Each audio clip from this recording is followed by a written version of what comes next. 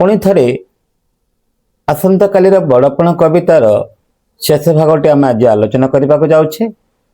बड़पण कवितार कवि होचंते राधानाथ राय, जे कि कविभर नाम खूब जनाशुना।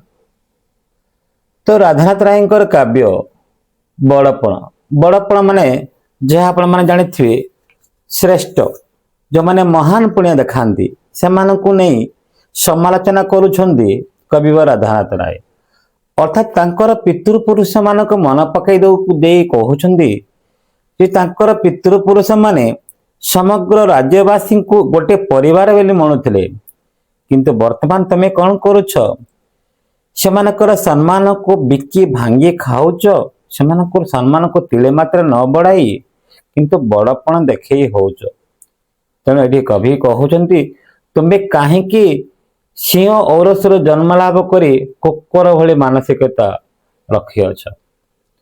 तेणु विश्व विजय अलेक्जेंडर मध्य गोटे कथाटी कहिथिले, मला बेले विश्व विजय स्कंदर, जे कि विश्व विजय अलेक्जेंडर कि कहिथिले ता चिते थरे धर। ताके जहा कहिथिले सेई कथा को चिते चिते कहले मनरे थरे धर।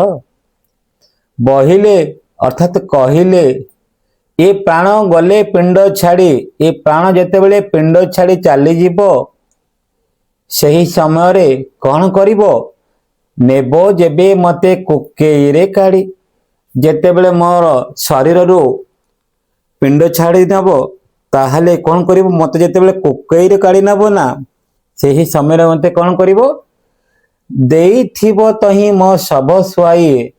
मो शब जेतेबेले ककेईरे सुआइबो, शब माने आपण माने जानि परथुए मोर देह बा मृत देह, कोकेई माने जानि परथुए जो कि शब बहन करिबा काठर तियारे गोटे खट। बेनी पासे बेनी कर को झुलाई, जेते बेले कोकेई रे शब सुआइबो सेई समय रे बेनी पासे, पिला माने बेनी माने मो पूर्व क्लास रे कहिथिली बेनी अर्थात दुई पासे, पासे कहले पार्श्व रे, दुई पार्श्व रे बेनी कर को माने दुई कर कहले हाथ, कर कहले हाथ, दुई पार्श्व दुई कर को झुलाई नेबे, जहा देखी जानिबे जगत समस्ते। जेते बेले दुई पार्श्व को दुई हाथ रे जेते झुलाई झुलाई नेबे ताहाले जगत समस्ते देखिबे ए दृश्यटा। कहिबे विश्व विजय अलेक्जेंडर, जे कि आसीथिले फेरी गली शून्य हस्ते। से आसीथिली अर्थात से आसीथिले माने किए आसीथिले? विश्व विजय अलेक्जेंडर आसीथिले। से आसीथिले शून्य हस्ते, फेरी गले मध्य शून्य हस्ते। एही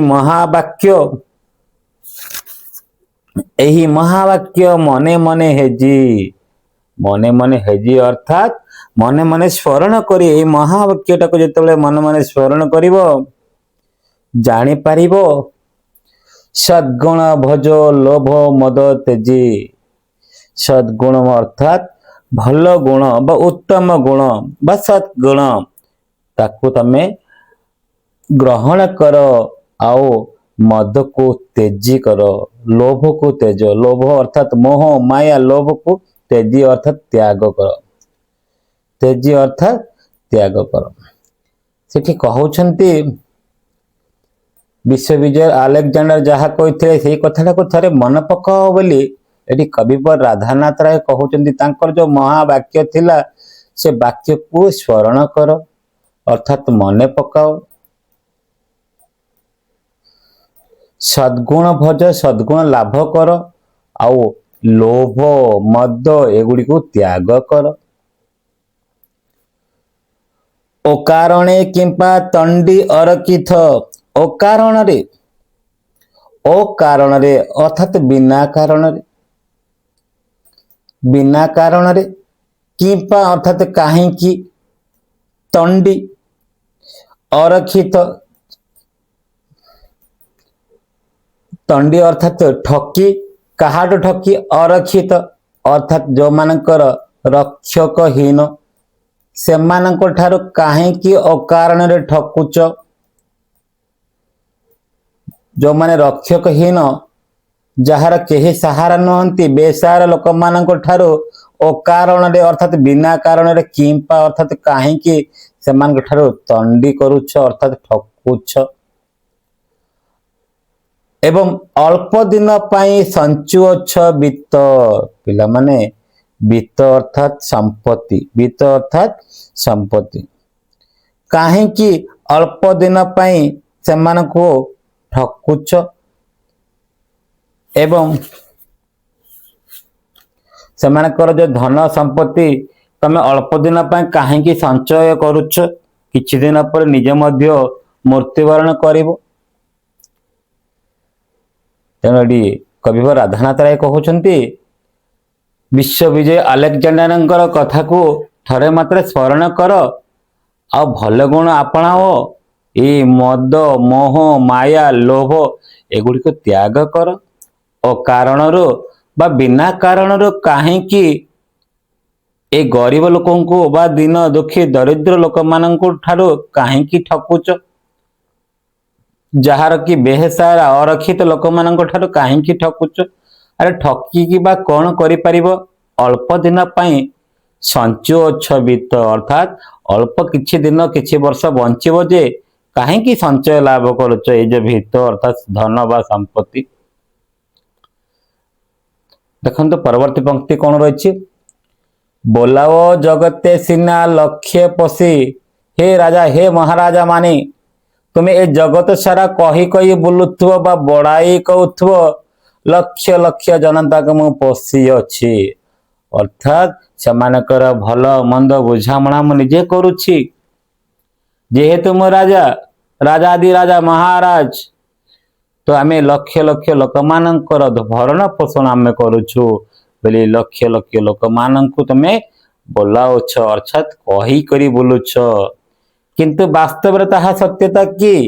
ବାସ୍ତବରେ ସତ୍ୟ କଣ? ଫଳେ ତୁମ୍ଭେ ଜଣେ ଜଣେ ଲକ୍ଷ ଲକ୍ଷ ଶୋଷୀ।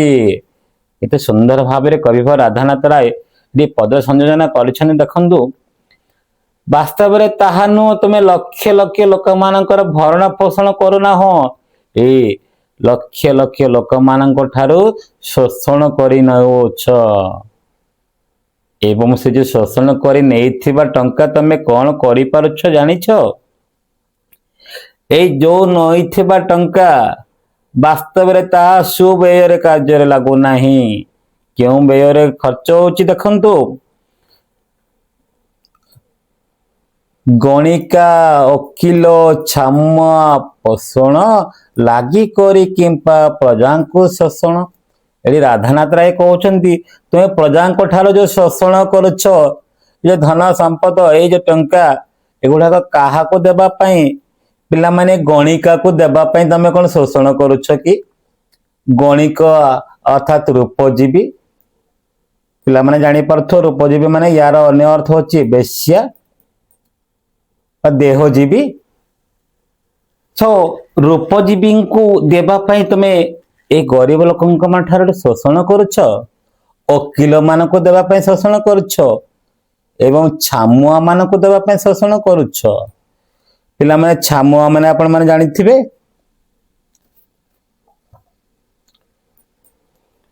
ଛାମୁଆ ଅର୍ଥାତ୍ ଚାକର ମାନଙ୍କର ପୋଷଣ କରୁଛ।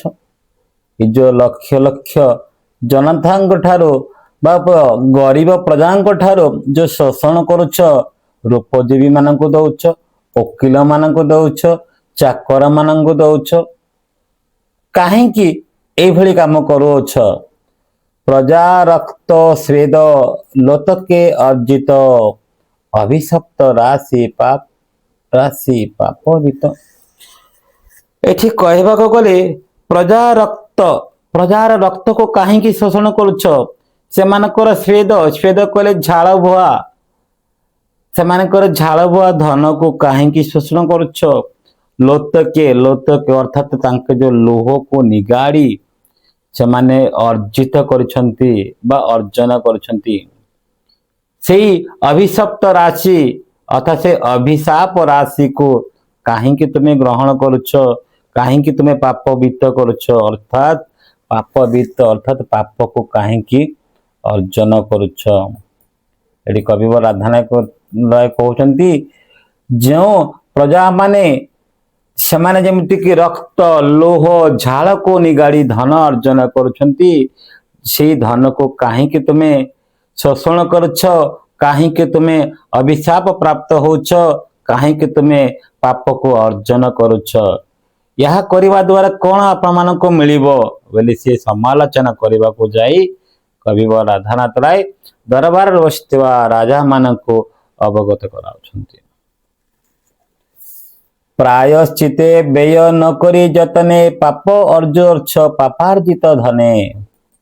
ये जो पाप अर्जित धन प्रायश्चित व्यय अर्थात प्रायश्चित माने पापर अर्जित धन को सुव्यय न करी जतने, व्यय न करी जतने अर्थात अति जत्नर सहित सुव्यय न करी अर्थात भल भाव व्यय न करी ये जो पाप अर्जित धन को जो पाप अर्ज अच्छी पापार्जित धने जेतक पाप अर्ज अच्छ से पापार्जित धने सेगुड़ाक जदि भल काम लगे ताहले किछि मात्रा रे आश्वस्ति पाई किंतु सेई धन को भल काम खर्च न करी आहुरी अनेक पाप करुछ। तेणु प्रायश्चित व्यय न करी जतने पाप अर्ज अच्छ पापार्जित धने।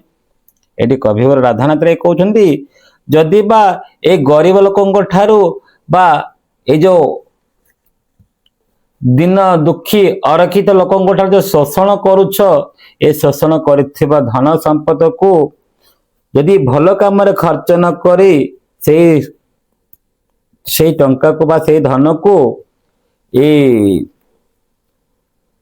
प्रजा रक्तर जो स्वेद लतकर जो धन संपत्ति आनी धन को गणिका को वकिल को छामुआ को तुम जो प्रदान करुछ आहुरी अनेक मात्रा रे पाप को तुम अर्जन करुछ। तेणु कविवर राधानाथ कहि अछंती अर्जु अछ सिना केवल दुष्कृत वृष्टि मुखे ढाले यज्ञ कुंड घृत।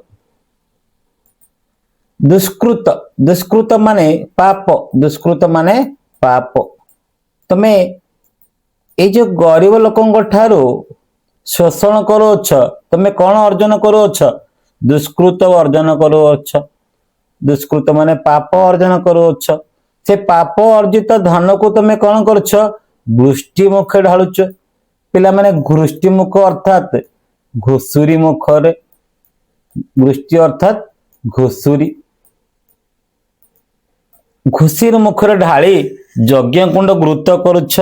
यज्ञ कुंड रे घिओ ढाली अछ काहे कि एभली काम करुछ निजे देशी होई विदेशी माननको धन संपत्ति प्रदान करुछ। जपरे कि कविवर राधानाथ रे कहउचंती एडी वृष्टि मुख्य माने विदेशी मानक तुमे प्रदान करुछ। जेभले कि मु पूर्व क्लास में कहिथिली दुखी रंकी अरक्षित राणंग ठारू ठकी विदेशी को खुआउथुल कुकुड़ा अंडा एवं दुखी रंगी जो माने खुद खुंड खाइबा को पाउ नथिले किंतु विदेशी कौन दौथिले छेली मुंड अर्थात छेली मांस भी तांको दौथिले।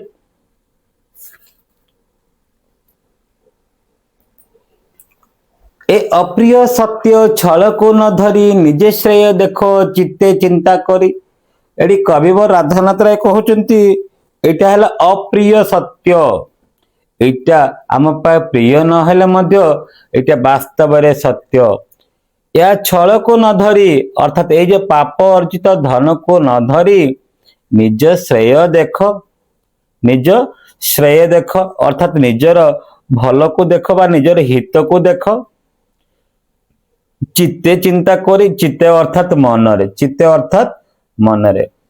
ये जो अप्रिय सत्य छल को आ धर नहीं से अप्रिय सत्य को छाड़ी निजर श्रेय देख। निजर श्रेय, श्रेय माने कौन पिला माने श्रेय अर्थात हित, श्रेय अर्थात उत्तम बा भल। तो एटी कविवर राधानाथ राय कहउचंती काहे कि ए भली काम करछ ए दुखी रखी ठारो ठकी विदेशी मान को कहीं तुम्हें माने दौछ बा धन संपत्ति कहीं देछ से कुकुड़ा छेली मांस कहीं प्रदान करुछ।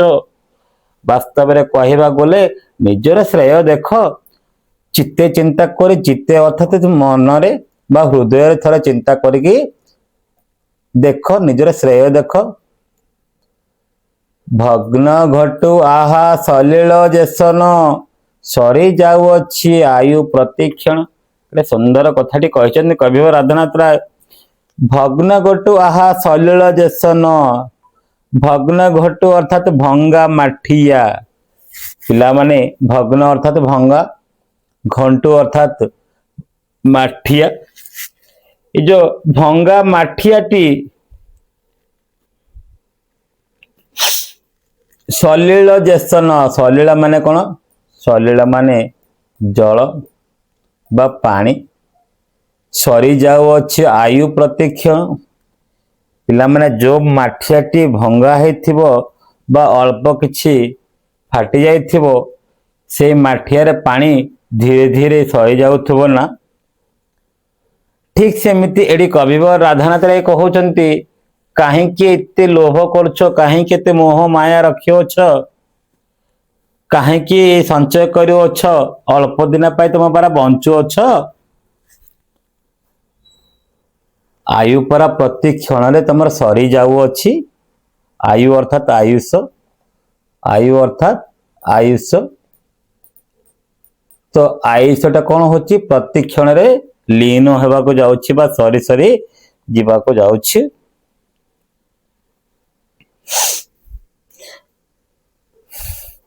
एठी कहबार उद्देश्य कौन जेपरि कि भंगा माठियारो पानी जेपरि धीरे धीरे सरी जाए ठीक से परी मनुष्यर जीवन मध्य धीरे धीरे कमी जाए। बड़ क्रूर काल बड़ अविश्वासी बड़ क्रूर काल बड़ अविश्वासी एठी क्रूर कहले निष्ठुर काल अर्थात मृत्यु मृत्युटा एते निष्ठुर जे केते बेले हाबोली जीव से आचंबिते आचंबिते अर्थात आश्चर्य बा हठात आसी पहुंची जीव से कथा कहीं मध्य अवगत नथिबे। एडी कविवर राधानाथ राय कहउचंती बड़ क्रूर काल काल अर्थात मृत्युटा होची बड़ निष्ठुर बड़ अविश्वासी हाबोली जीव अर्थात हठात आसी पहुंच जीव आचंबिते अर्थात हठात आश्चर्य करनब। पिला माने आपण माने जानिथिबे निश्चय आज जी आम सह रहुथिले काले सी हो तो रही नहीं पारंती काले जी थिले आज हुए तो रही न थांते।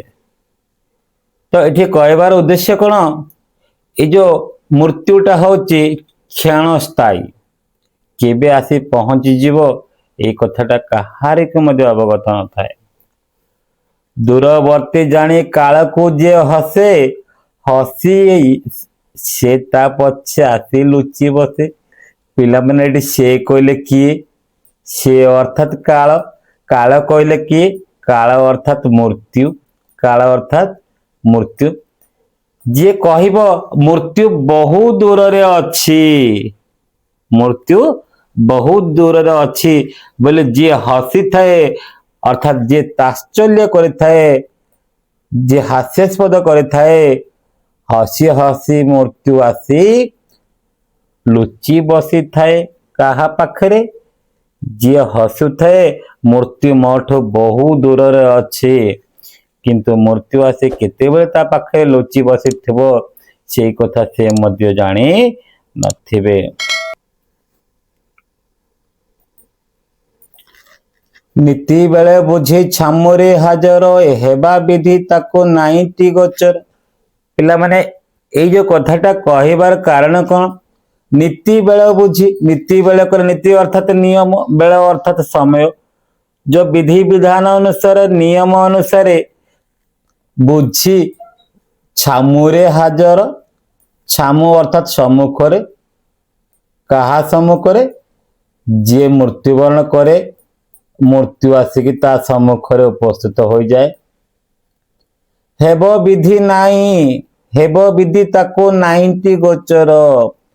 ସିଏ ଜାଣିନଥିବ କେତେବେଳେ ଆସି ପ୍ରତ୍ୟକ୍ଷରେ ମୃତ୍ୟୁ ଆସି ଯାଇଥାଏ, ମୃତ୍ୟୁ ଆସି ବସି ଯାଇଥାଏ। ଗୋଚର ମାନେ ଜଣା ନଥାଏ, ସେ ଜାଣିନଥାଏ କେତେବେଳେ ଆସି ମୃତ୍ୟୁ ପହଞ୍ଚି ଯାଇଥାଏ। ତେଣୁ କବିବ ରାଧାନାଥ କହୁଛନ୍ତି, କେତେ ଦିନ ଖେଳୁଥିବ ଏଇ ଖେଳ, ପାଖେଇ ଆସୁଛି ରେ ପିଲାମାନେ ସେ ଅନ୍ତିମ ବେଳ।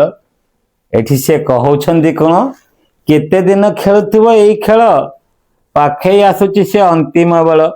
ଏଠି କବିବ ରାଧାନାଥ ରାୟ କହୁଛନ୍ତି ଦରବାର ବସିଥିବା ରାଜା ମାନଙ୍କୁ, ଯେତେ ଦିନ ଖେଳିଲ, ଅନେକ ଦିନ ଖେଳି ନେଲ, ଏବେ ଆଉ କେତେ ଦିନ ଖେଳିବ ଏଇ ଖେଳ, ପାଖେଇ ଆସୁଛି ପରା ତୁମ ମାନଙ୍କର ଅନ୍ତିମ ବେଳ।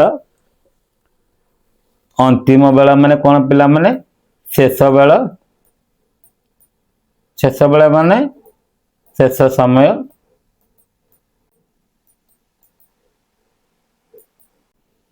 ଶେଷ ସମୟ ଆସି ପହଞ୍ଚି ଯାଇଛି, ଆଉ କେତେ ଦିନ ଖେଳ ଖେଳିବ। ଆସୁଛି ନୀରବେ ସେଉ ପ୍ରତିକ୍ଷଣେ, ନିତ୍ୟଗାମୀ ରଥ ଚକ୍ର ଆବର୍ତ୍ତନେ। ଏଠି କବିବର ରାଧାନାଥ ରାୟ କହୁଛନ୍ତି, ଆସୁଛି ନୀରବେ ସେ ପ୍ରତିକ୍ଷଣ, ପ୍ରତିକ୍ଷଣ ପାଇଁ ସେ ନୀରବରେ ରହି ଆସୁଅଛି। ସେହୁ ଅର୍ଥାତ ଏଠି କିଏ, ସେହୁ ଅର୍ଥାତ ମୃତ୍ୟୁ। ମୃତ୍ୟୁ ନୀରବରେ ଆସି ପହଞ୍ଚିଯିବ, ଏଇ କଥା କାହାକୁ ଗୋଚର ନଥିବ।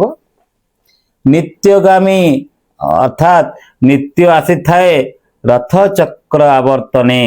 ନିତ୍ୟଗାମୀ ଭଳି ଅର୍ଥାତ ସେ ସମୟର ରଥ ଭଳି, ନିତ୍ୟଗାମୀ ଅର୍ଥାତ ସମୟର ରଥ, ସେ ସମୟର ରଥ ଭଳି ସେ ଚକ୍ର ଆବର୍ତ୍ତନ କରିଥାଏ, ବା ଚକ୍ର ଭଳିଆ ସେ ଗତି କରିଥାଏ। ଆବର୍ତ୍ତନ ଅର୍ଥାତ ଗତି କରିଥାଏ। ନିତ୍ୟଗାମୀ ଯେମିତିକି ଜନ୍ମ ହେଇଛ ମାନେ ମୃତ୍ୟୁ ସୁନିଶ୍ଚିତ। ଏଇଟା ଗୋଟେ ନିତ୍ୟଗାମୀ ରଥ ଚକ୍ର, ଏଥିରେ ସନ୍ଦେହ ନାହିଁ। ଆୟୁ ସୂର୍ଯ୍ୟ ଯାଏ ତଳେ ଯେତେ ଗଡ଼ି, ତୁମ ମାୟା ଯାଏ ଛାୟା ପରିବଳି। ଏଠି କହିବା କଥା ହେଲା, ଯୋଉଟା କି ଆୟୁ ରୂପକ ସୂର୍ଯ୍ୟ, ଆୟୁ ରୂପକ ସୂର୍ଯ୍ୟ। ଏଠି ଆୟୁ ଆମେ କାହା କହିବା, ସୂର୍ଯ୍ୟଙ୍କୁ କହିବା। ସୂର୍ଯ୍ୟ ଯେତେବେଳେ ସୂର୍ଯ୍ୟାସ୍ତ ହୁଅନ୍ତି, ତୁମ ମାନଙ୍କର ଛାୟା ଟା ବଢି ବଢି ଯାଏ କି ନାହିଁ ପିଲାମାନେ, ନିଶ୍ଚିତ ଭାବରେ।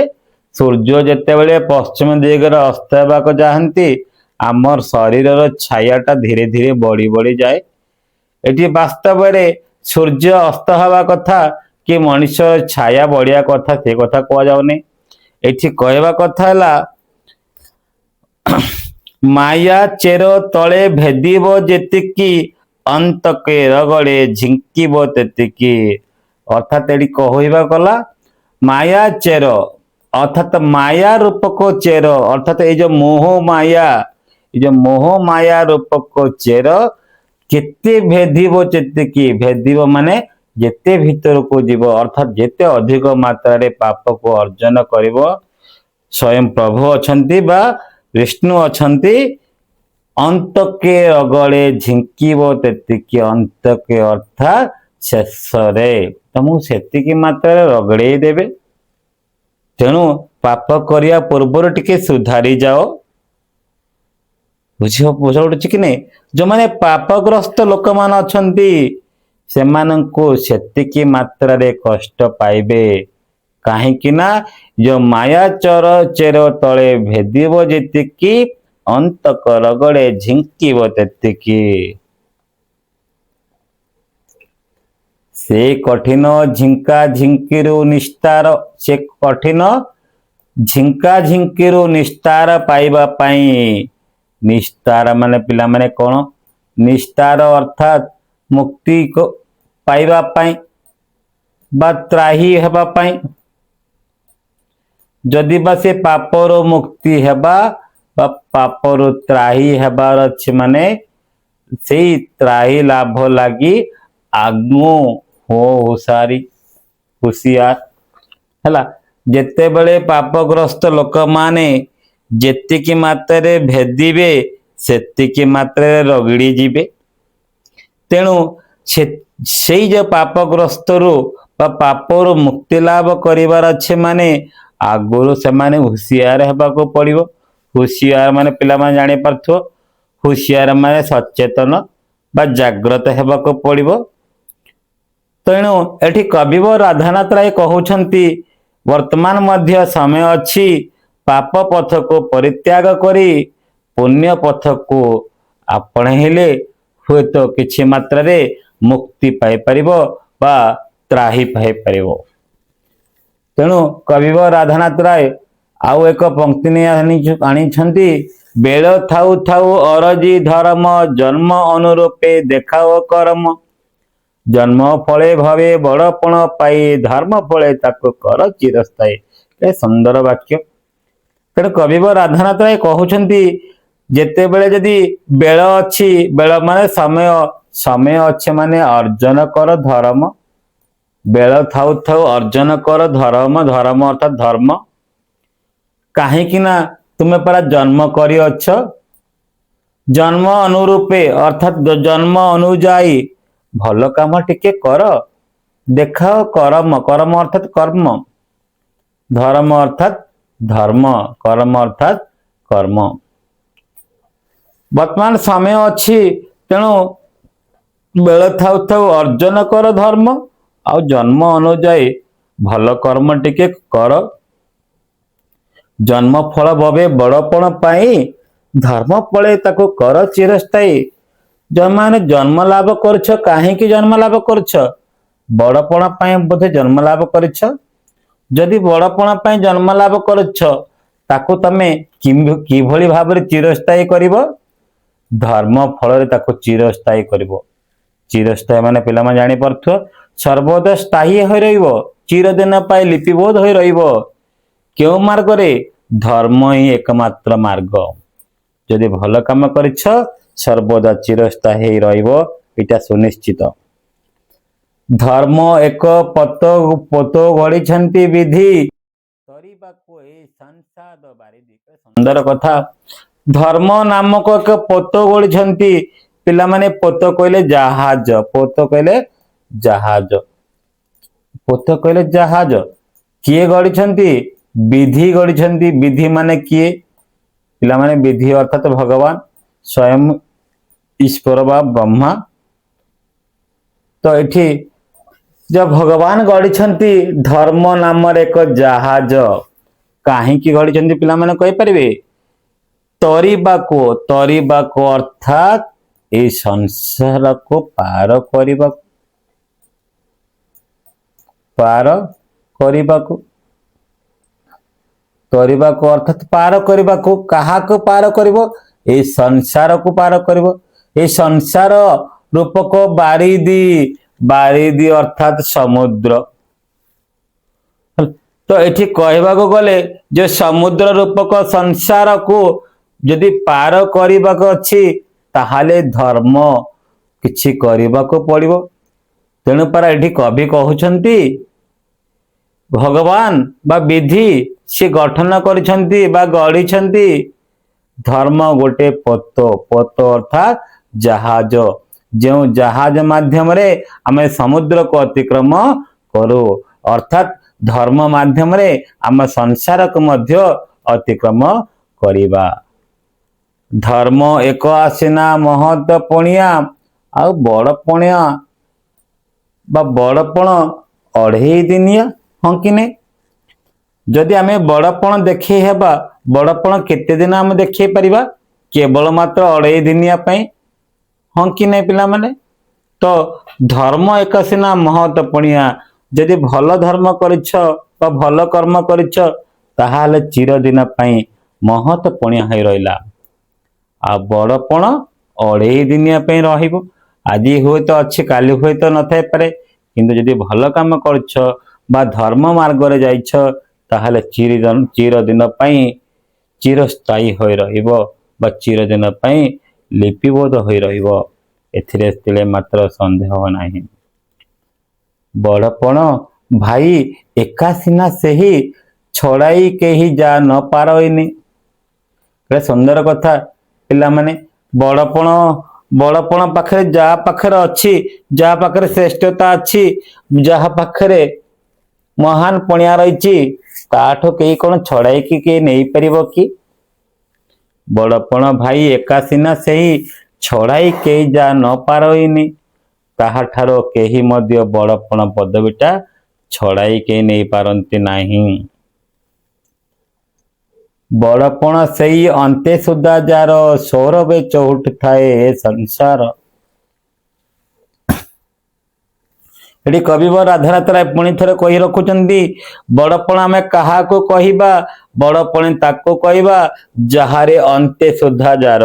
ଅନ୍ତେ କହିଲେ ଅନ୍ତରେ, ଅନ୍ତେ କହିଲେ ହୃଦୟରେ, ସୁଦ୍ଧା ଅର୍ଥାତ୍ ପବିତ୍ର। ଯାହାର ହୃଦୟ ପବିତ୍ର ତାଙ୍କୁ ଆମେ କହିବା ବଡପଣ। ହଁ କି ନାହିଁ ପିଲାମାନେ? ଯେ ନିଷ୍ଠୁର ତାକୁ ତ ଆମେ କହିପାରିବାନି। ଯାହାର ହୃଦୟ ପବିତ୍ର ତାକୁ ଆମେ କହିବା ସିଏ ହଉଛନ୍ତି ବଡପଣ।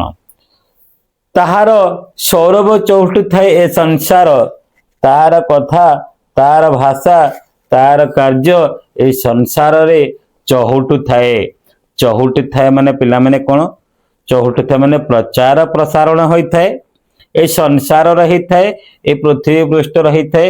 ଅର୍ଥାତ୍ ତାଙ୍କର ସୌରଭ ଅର୍ଥାତ୍ ତାଙ୍କର ସୁଭାଷଟାକୁ এই ସଂସାରର ସାରା ସେ ଭାସୁଥାଏ। ଅର୍ଥାତ୍ ତାଙ୍କର କାର୍ଯ୍ୟକଳାପ ଚିରଦିନ ପାଇଁ ଅମର ହୋଇ ରହିଥାଏ। ପୁଣି ଥରେ ଆଉ କାହାକୁ କହୁଛନ୍ତି ବଡପଣ ବି ଦେଖ। ବଡପଣେ ସିନା ସେଇ ତାକୁ ଗଣି ଯେଉଁ ବଡପଣ ଦ୍ୱିଲୋକ ସାଧନି। ପିଲାମାନେ ଏଠି ବଡପଣ ଆଉ କାହାକୁ କୁହାଯାଏ ବୋଲି କବି କହୁଛନ୍ତି? ବଡପଣ ତାଙ୍କୁ କହିବା ଯିଏ କି ଦ୍ୱିଲୋକ ସାଧନୀ, କେବଳ ସ୍ୱର୍ଗର ନୁହଁ ମର୍ତ୍ତ୍ୟରେ ମଧ୍ୟ ସେ ଭଲ କାମ କରିଥିବା ଆବଶ୍ୟକ। କେବଳ ମର୍ତ୍ତ୍ୟରେ ନୁହଁ ସେ ସ୍ୱର୍ଗରେ ମଧ୍ୟ ଭଲ କାମ କରିଥିବା ଆବଶ୍ୟକ। ତାଙ୍କୁ ହିଁ ଆମେ କହିବା ବଡ ଲୋକ, ଦ୍ୱିଲୋକ ସାଧନୀ। ଦ୍ୱିଲୋକ ଅର୍ଥାତ୍ ସ୍ୱର୍ଗ ଆଉ ମର୍ତ୍ତ୍ୟ। ସେହି ସିନା ବଡପଣ ଜଇଁ ଲାଗି ଅନ୍ତକର ବଜ୍ର ଦନ୍ତ ଯାଏ ଭାଙ୍ଗି। ଆମେ କାହାକୁ ବଡପଣ କହିବା? ଯେଉଁ ବଡପଣ ଦ୍ୱିଲୋକ ସାଧନୀ ସେହି ସିନା ବଡପଣ ଜଇଁ ଲାଗି ଅନ୍ତକର ବଜ୍ର ଦନ୍ତ ଯାଏ ଭାଙ୍ଗି। ଆମେ ବଡପଣ ବୋଲି କାହାକୁ ଗଣିବା? ବଡପଣ ତାଙ୍କୁ ଗଣିବା ଯିଏ କି ଦ୍ୱିଲୋକ ସାଧନୀ ଅର୍ଥାତ୍ ସ୍ୱର୍ଗ ଆଉ ମର୍ତ୍ତ୍ୟ ଦୁଇ ପୁରରେ ସେ ସାଧନୀ ଲାଭ କରିଥିବେ, ତାଙ୍କୁ ଆମେ ବଡପଣ କହିବା। ସେହି ସିନା ବଡପଣ ଜହିଁ ଲାଗି ଅନ୍ତକର ବଜ୍ର ଦନ୍ତ ଯାଏ ଭାଙ୍ଗି। ଅର୍ଥାତ୍ ସେ ମରି ମଧ୍ୟ ଅମର ହୁଅନ୍ତି।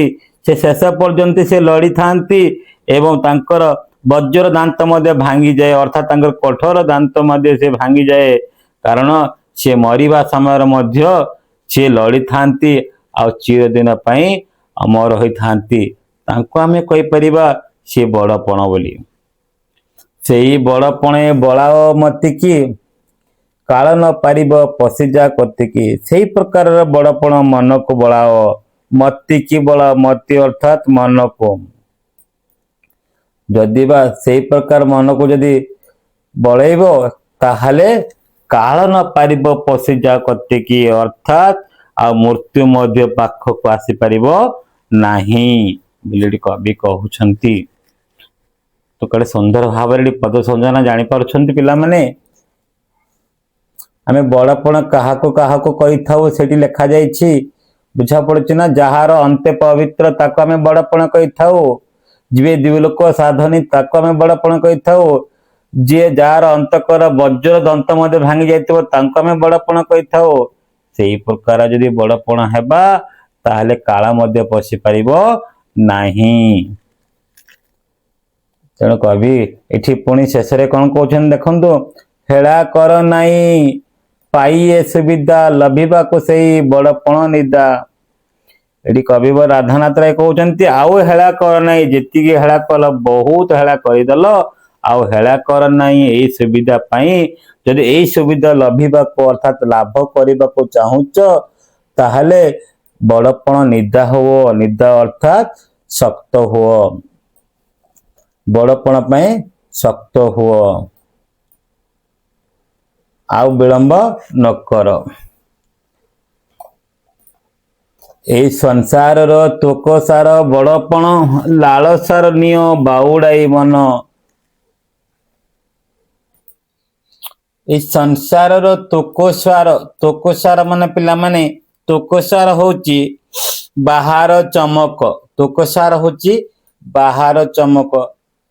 এই ସଂସାରର ବାହାରର ଚମକ ଅର୍ଥାତ୍ ବାହାରକୁ ଯାହା ଦେଖାଯାଉଛି ତାହାକୁ ତମେ ପରିତ୍ୟାଗ କର। ସେଇ ଯୋଉ ମୋହମାୟା ଲାଳସାରୁ ନିଅ ବାହୁଡାଇ ମନ। ଆଉ କେତେ ଦିନ ତମେ ଲାଳସାରୁ ରହିବ? ସେ ଲାଳସାରେ ତମେ ମନଟାକୁ ବାହୁଡାଇ ଦିଅ। ତେଣୁ କବିବ ରାଧାନାଥରେ କହୁଛନ୍ତି ଯୋଉ ବାହାର ଚମକ ରହିଛି, ଯୋଉ ବାହାର ଚମକ, ଯୋଉ ମିଥ୍ୟା ବଡପଣ, ଏହା ପ୍ରତି ଟିକେ ଲୋଭ ଛାଡ। ଏ ଲୋଭଟାକୁ ପରିତ୍ୟାଗ କର। ୟାଟାକୁ ମନଟାକୁ ବାହୁଡାଇ ଦିଅ। ସେ ଲାଳସାରେ ତମେ ବିରତି ନିଅ ବୋଲି କବିବ ରାଧାନାଥ ରାୟ କହୁଛନ୍ତି। ଉଦାସୀନ ନେତ୍ରେ ଦୁନିଆର ମାନ ଦେଖି କର ମନେ ଧର୍ମ ଏକତାନ। ଏଠି କହୁଛନ୍ତି ଉଦାସୀନ ନେତ୍ରେ ମାନେ ଉଦାସୀନ ନେତ୍ରରେ ଅର୍ଥାତ୍ ଦୟାଳୁ ନେତ୍ରରେ ବା ଦୟାଳୁ ଆଖିରେ ଏ ଦୁନିଆର ମାନକୁ ଦେଖ। ମାନ ଅର୍ଥାତ୍ ସମ୍ମାନ। ଏ ଯେ ଦୟାଳୁ ନେତ୍ରରେ ଏ ଦୁନିଆର ମାନକୁ ଦେଖ ବା ଦୁନିଆର ସମ୍ମାନକୁ ଦେଖ। ଦେଖି କର ମନ ଧର୍ମ ଏକତାନ। ଏ ଧର୍ମକୁ ଏକତାନ କର। ଏକତାନ ମାନେ ପିଲାମାନେ ଜାଣିପାରୁଥିବ, ଏକତାନ ମାନେ ଏକାଗ୍ର ହୁଅ। ଯୋଉମାନେ ବର୍ତ୍ତମାନ ସମୟ ଅଛି ବଦଳି ଯିବା ପାଇଁ, ବଦଳିବାକୁ ଚେଷ୍ଟା କର। କିଛି ମାତ୍ରାରେ ପାପରୁ ବଞ୍ଚିତ ହେଇପାରିବ। ତେଣୁ ଏଠି କବିଭ ରାଧାନାଥ କହୁଛନ୍ତି ନିଶ୍ଚିତ ଭାବରେ ଦୟାଳୁ ନେତ୍ରର ସହିତ ବା ଦୟାଳୁ ଆଖିରେ ଦୁନିଆର ମାନ ସମ୍ମାନକୁ ଦେଖ। ଆଉ ସମସ୍ତେ ଧର୍ମ ନାମରେ ଏକତ୍ରିତ ହୁଅ।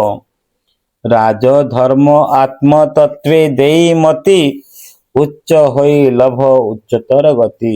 ଏଠି କବି କହୁଛନ୍ତି ରାଜଧର୍ମ ଆତ୍ମତତ୍ତ୍ୱ ଦେଇ ମତି ଅର୍ଥାତ୍ ରାଜଧର୍ମ ଆତ୍ମ ମାନେ ପିଲାମାନେ ଜାଣିପାରୁଥିବ ରାଜଧର୍ମ ଅର୍ଥାତ୍ କର୍ତ୍ତବ୍ୟ ପାଳନ। ଆତ୍ମତତ୍ତ୍ୱ ଅର୍ଥାତ୍ ଆତ୍ମଜ୍ଞାନ। ଯୋଉଟା କି ନିଜର କର୍ତ୍ତବ୍ୟ, ନିଜର ଆତ୍ମଜ୍ଞାନରେ ମନ ଦେଇ ଉଚ୍ଚ ଜୀବନ ଲାଭ କର। ଏବଂ ପରିଶେଷରେ ସେ କବି କହିଛନ୍ତି ଉଚ୍ଚ ହିଁ ଲାଭ ଉଚ୍ଚତର ଗତି। ଉଚ୍ଚତର ଗତି ଅର୍ଥାତ୍ ଲାଭ କର ଏବଂ ବଡପଣ ହୁଅ, ଉଚ୍ଚତର ହୁଅ, ଉଚ୍ଚ ମଣିଷ ହୁଅ, ଉଚ୍ଚ ହେବା ପାଇଁ ଚେଷ୍ଟା ମଧ୍ୟ କର। ତ ପରିଶେଷରେ କବି କହିଛନ୍ତି ରାଜଧର୍ମ ଆତ୍ମେ ତତ୍ତ୍ୱେ ଦେଇ ମତି ଉଚ୍ଚ ହୋଇ ଲଭ ଉଚ୍ଚତର ଗତି। ଏଠି କବି ଶେଷରେ କହିଛନ୍ତି ନିଜର କର୍ତ୍ତବ୍ୟ, ନିଜର ଆତ୍ମଜ୍ଞାନରେ ମନ ଦେଇ ଉଚ୍ଚ ଜୀବନ ଯାପନ କର ଏବଂ ମୋକ୍ଷକୁ ଲାଭ କର ଏବଂ ବିଶେଷ କରି ବଡପଣ ହୁଅ ବୋଲି ଏଠି କବିଭ ରାଧାନାଥ ରାୟ ପରିଶେଷରେ ଦରବାର ବସିଥିବା ରାଜା ମାନଙ୍କୁ କହି ଏଇଠି କବିତାଟି ଶେଷ କରୁଛନ୍ତି। ଧନ୍ୟବାଦ।